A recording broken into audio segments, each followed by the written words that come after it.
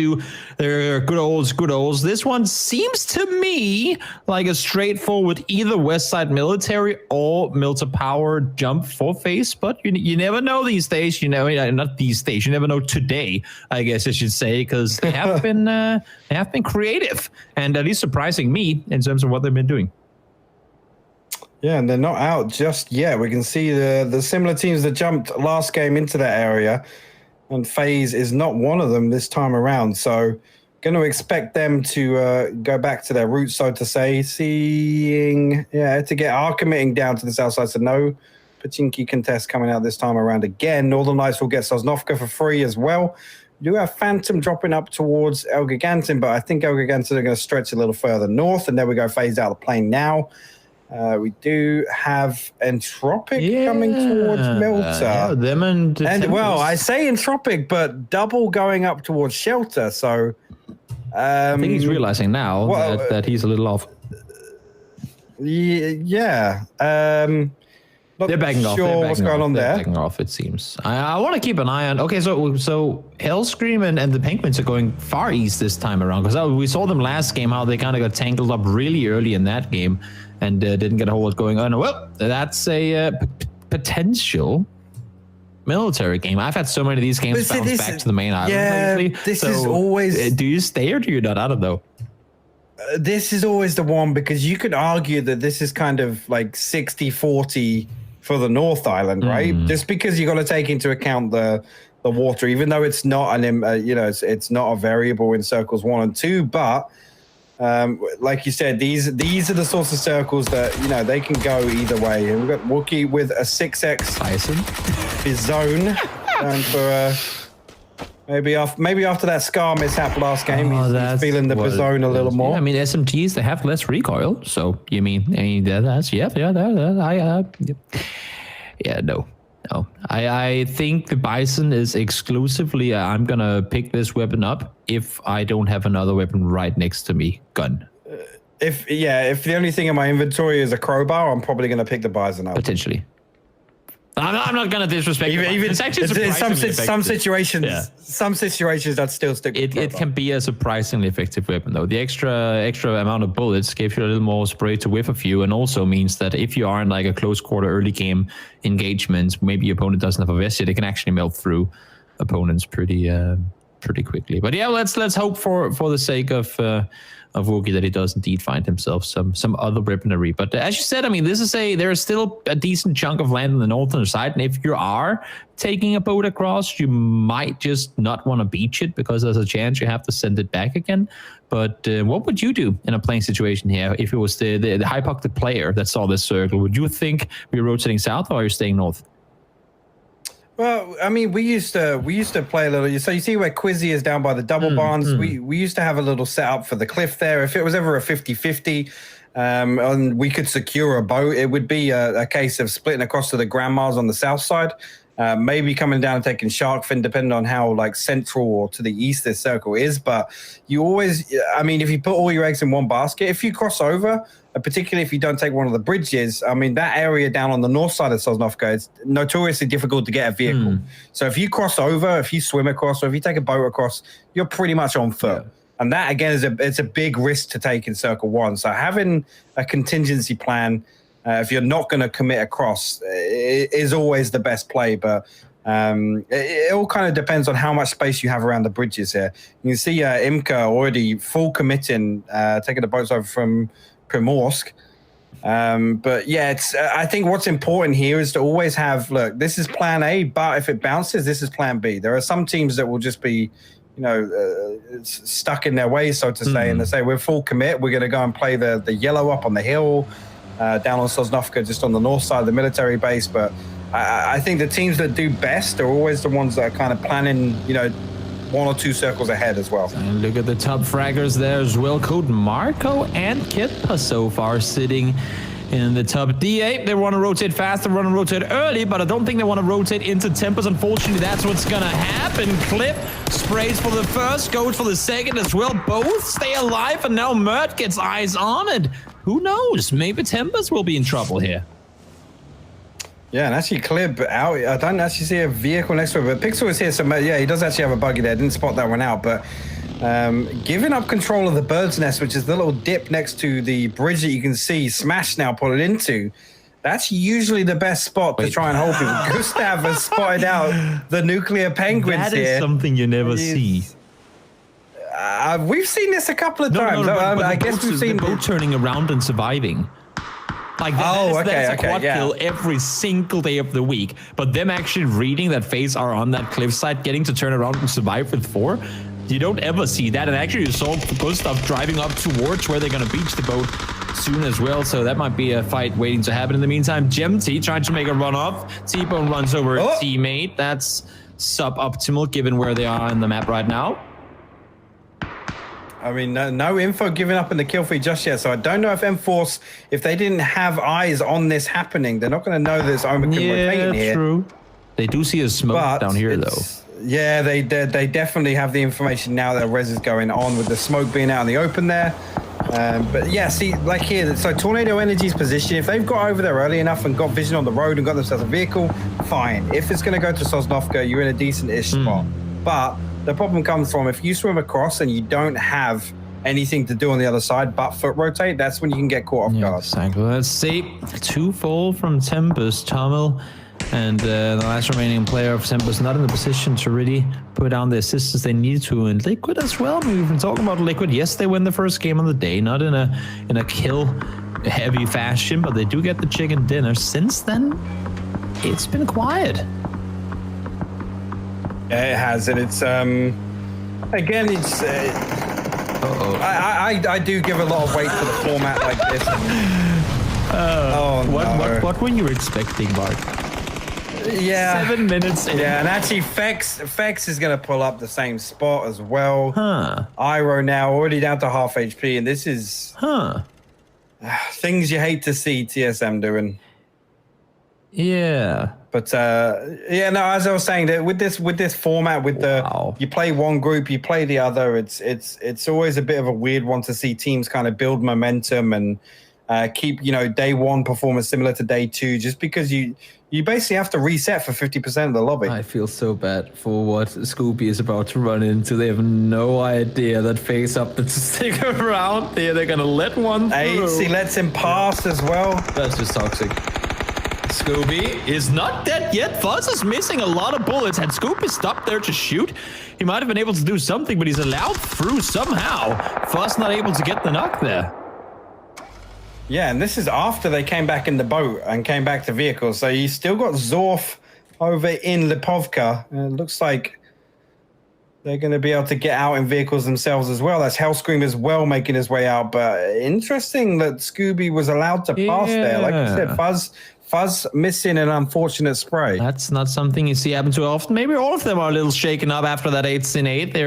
They're trying to. Maybe it was one of those, you know, 8 now I've done something less than optimal as well. You're not alone anymore. We'll take it as a team. It's like team building. They're trying to one up each other. Yeah, exactly. It's like, okay, Gustav, now you flip a bike, Gustav. Go. You could do something. So 8 doesn't feel so bad about his nade anymore. We're going to have DA committed across the bridge already. There's nobody holding Crossroads right now. I'm not sure if we missed it there. I wasn't myself looking, but they should be able to get down to Crossroads for free as this circle is about to close in the next 15 seconds or so. You can see Ibby has come all the way down to the cliff I was talking about earlier with 3 other members, and there you go. Now we have a better idea of where this circle is going to be going. And the problem is, if these teams all get forced west, there's going to be a massive, massive crunch spot around the bridge. Yeah, you can see already Northern Lights sending up here, and they're going to have a problem if they... There you go, DA sending it right back across the bridge again, back towards Milta. It's like, nope, let's go back. But M-Force have actually backfilled them at the crossroads. Before this one somehow goes back to Milta again after that. This circle is horrible. Like in so many, I think of all circles we could get, this is probably the worst one. You have a massive open field. You have very, very few compounds available on that side, and like there's going to be one, at most 2 teams sticking to the south side, not because they expect the circle to go there, but because they know if we try and rotate across now, that's going to be nothing available to us. It's going to be so damn difficult for any team that isn't already inside the circle to play it. Yeah, and this was an interesting decision because one of the yet to get members was under the bridge on the other side, and he didn't give the information up effectively to hold Northern Lights, because he would have, I mean, they would have netted themselves, 3 kills out of this if they'd have just prioritized sending one more player over here. Now they have a player trailing behind, and they're going to try and get back to Ferry Pier. But it's... we call it the potato migration. I don't know. Look at how many teams are trying to wrap north around. Nobody wants to go through Pachinki. No one wants to go south of Pachinki because you'd be effectively driving into that open field. So everyone is opting to go north around. And the team that was held before might be the team to hold off people. Now let's see Scoopy. People whiffed on him. Unfortunately, he can't get the kill either, but that vehicle is not looking good. Oh no. Zorf is set up though. Zorf is set up when they hit the tree. Zorf's going to get Jempty down here. Paige already down to about 30 HP. And now the other 2 members of Omen are going to come back, trade that back over. Zorf will fall, stopping in the open to try and get that damage onto Jempty here. Scooby coming up now. He's going to pull up. Now, if the information has been relayed effectively, Scooby should be able to get a nade onto that UAZ because it's almost blown up. But here, the nade comes out from T-Bone onto Scooby's tree. He's going to fall back a little bit. Not going to get any damage off that one, but Hellscream is where you can see up on the top right of the screen. Just throw a nade down. Not going to get any damage off that, though. T-Bone does get the reload off. Plenty more bullets to fight with. Let's see, one of few who is playing that M249. Don't think that's something I see him do too often either. Page does fall. Jempty gets one in return. They're trading back and forth all the time, but they do have the numbers advantage. Burkett falls as well. Vasco doing a good job. It's just Scoop left alive, and you'd have to think that he has to make a run for it here. Yeah, at this point, just pull out. It's already now in the situation where people are on the first, like their second down, and now it actually got M-Force from way out, stealing some of the damage away there. Hellscream will bleed out at kill point gun over. Uber now actually driving all the way around the cliff here. Gonna pass Quizzy, very close by. Uber's gonna lose. There's no way he's allowed to steal. There we go. Was about time. Kind of ironic how the rotation campers get rotation camped. I guess that's the silver lining. Let's see. Oh, 10 seconds from now, the circle's gonna pop. And for the sake of memes and us getting weird shifts every now and again, I just want to somehow see Entropic gets the circle. Yeah, I would love for this to pull back though. Let's see. I know. No. That's probably as much water as we could hope to get. But again, what I said before in terms of nothing playable being available, that's just being emphasized by a landslide. Now, there's really nothing open that isn't taken already in this circle, because the whole west side forest, that's where we saw YMCA said last game, they couldn't really play anything from there either. And when you rotate into this from the northeast where everyone is right now, you can't take anything. So everyone is trying to rapture that mountain and push in from the west, and it's going to be a bloodbath.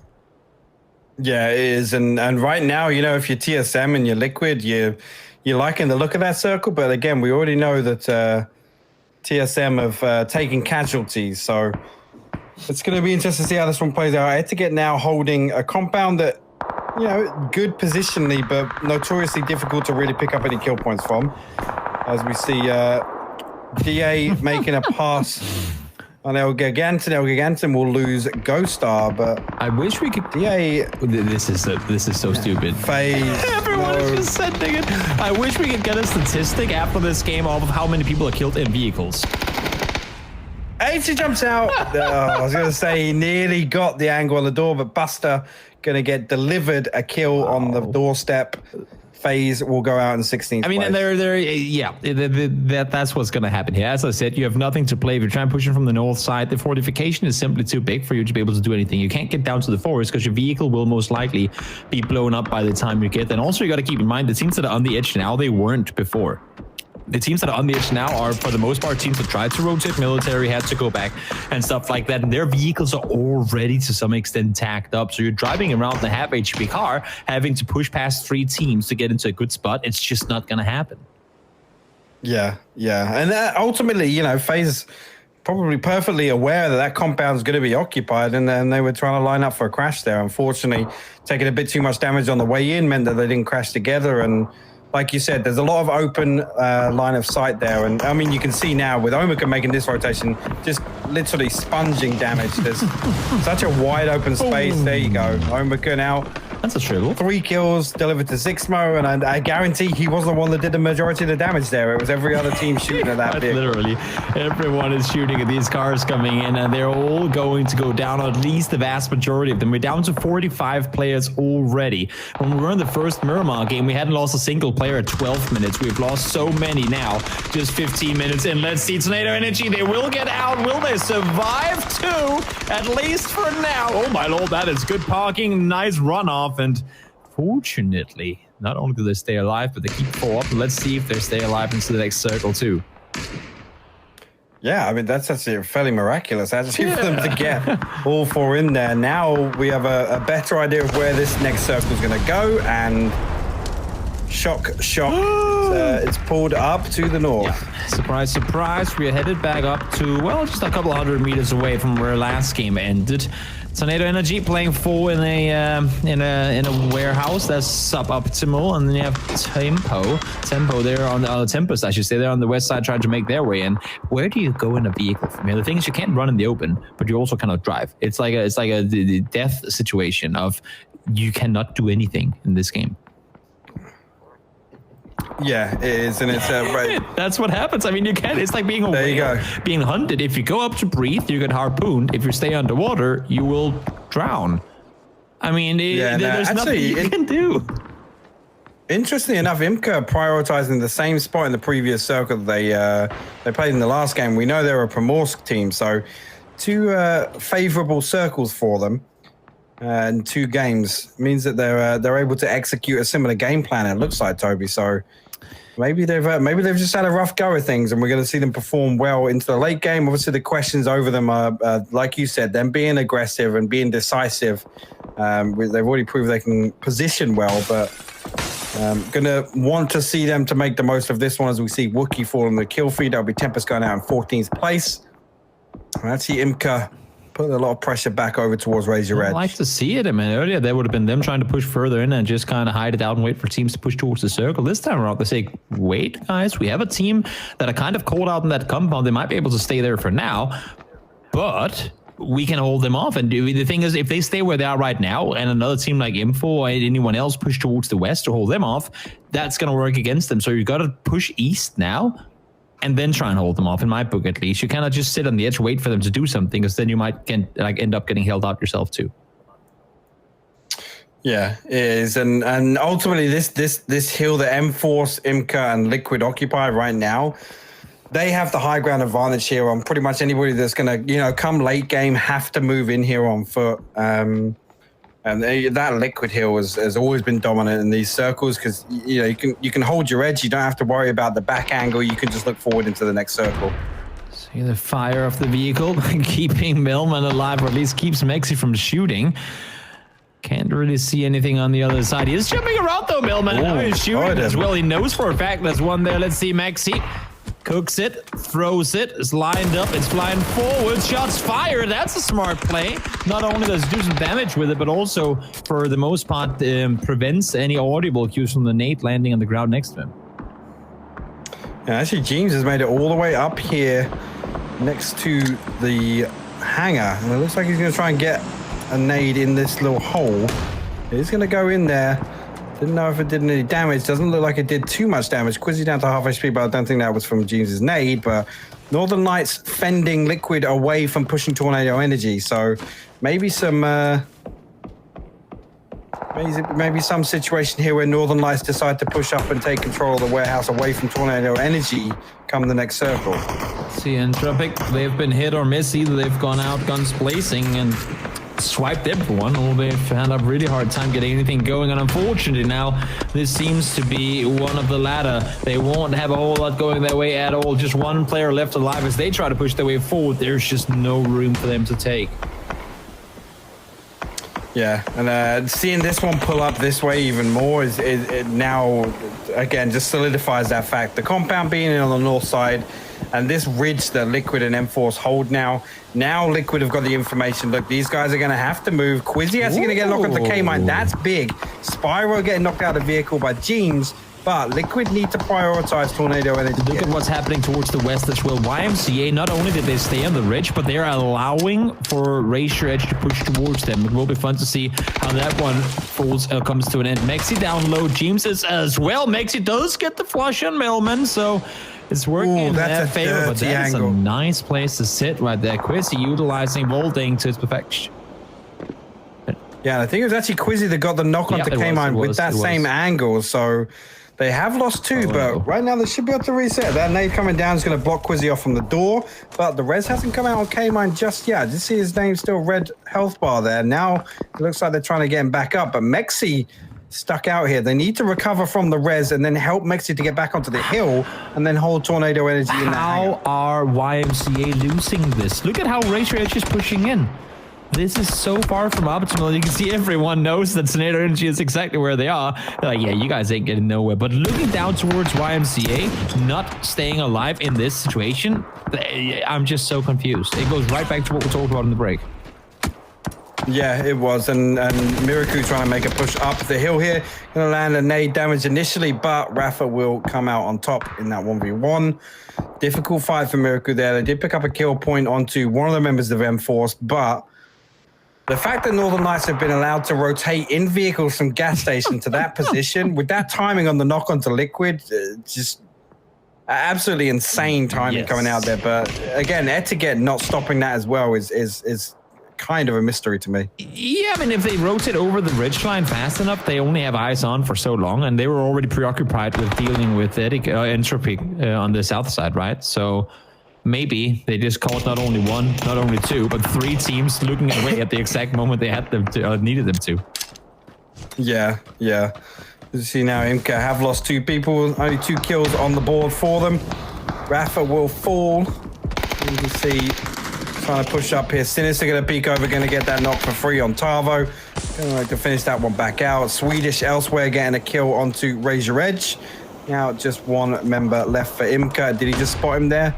I don't think he did. That was the body rolling out of the smoke. Exactly. But we obviously know where he is with the X-Ray. That first spray would look good if he'd have held that, but he's obviously not to know. Now he's going to call some backup from his team. We'll get another few tags through the smoke now, but again, this is just a matter of when, not if, for the last member of IMCA. I'm so baffled. We saw them sit on the edge. They had the the chance to push in. They had the chance to hold him off. They did neither. As soon as Razor Edge showed just a slimmer of presence, IMCA just backed off and said, okay, sorry, we'll just let you do what you want to do. You cannot play PUBG like that, especially not in a I guess a meta or a point system where kills are that impactful. You cannot just let people push you around like that. Oh no, Kepper should have had that. Swedish absolutely spins on him, and now Owner in a position where he's got to wait for this res to come out. The molly comes over. Fortunately enough, M4 still trying to deal with the last member of IMCA over here, just buying so much time, drawing attention away. But the other members, Code Marco and Markov, they've come up. They're looking to reinforce this. Marco will get the opening knock on the Swedish here. This could turn this fight around on his head, Toby. This is a nice engagement by Etiquette, reading that there's a fight going on the west side, and now trying to make a play on it. They have been, I must say, they're the most positive surprise I've had throughout this entire tournament so far today, and what I've seen them do.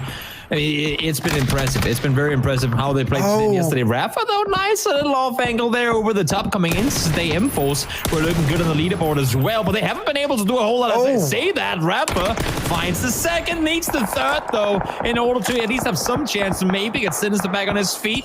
Knows exactly where he is. It's just about lining up the shot. Oh, you're running back into the nade. Oh, did it just explode? I just saw it. I was like, wait, what? I think it was a flash actually that came over and just hit the crate there. The colors. I got debated. That's all orange colors. God damn it. It's always the same for me. As I always think he's just run on top of where an ace has landed, but I got debated. The trail stays there for a bit longer. Actually, Rafa resetting, and they're gonna get two back on their feet. Let's go for the spray. He's gonna get that flush onto Markelov. Another nade coming over, not going to do any damage to the M-Force guys, so they're going to stay 2 up right now. Up to 7 kills already, so you can see just north of him, you've got Shiv and then 2 members of DA who I'm assuming are prone somewhere. Yeah, there we go. just on the backside of this hill. Look how many crates they have to loot too. They got Faze. Yeah. Do you know what I think that is? I think that was there. That was the vehicle from Omicron. Exactly. That's where they all died. Rage Heads does fall, so while it wasn't Imka to take them out earlier, they do go down nonetheless. 7 teams left alive, with an average of just over 2 per team on, and now falls as well miles out in the blue. Not sure exactly how that came to be. Might have DC'd, I'm not quite sure. Would have expected him to push further forward towards the circle, but it does go down. Ketpa is alive, and here comes the Team Liquid sweep. Yeah, they are hugging the edge right now. It does actually spot out Batulin's. Mexi catching sight of one member in the shack up here. They're going to try and team shoot this, I think, but they need to be careful because there's another snake on the edge just to the left of where Mexi is positioned. He's going to come up and prioritize the shack, and it's actually Batulin's going to get a knock onto James with the nade. Mexi will finish him off with the molly, but Kahuti now in a position where he's got to be very, very careful not to make any noise whatsoever. Now we've got D-Mash pulling in between Smash and the other last member of DA, which is Mert. Buster and Wanderer coming out here to try and get some support. They don't get a trade in, so I like the timing. DA's still going to hold. Yeah, DA is still going to hold in their weird little spot on the side of the hill. But now Liquid, they need to deal with this. They had the right idea sweeping the edge now. I guess they've heard the fighting. They want to come back over here. They're going to see this knock with Wanderer onto Mert. Now we get the push from Phantom coming out. Smash the last one up. He's just hiding on the back of this BRDM. Now it's just a matter of time before Buster gets up and gets an angle. He's going to get right up on top of him. There you go. Going to come around, close that one out. Mexi will then get the kill.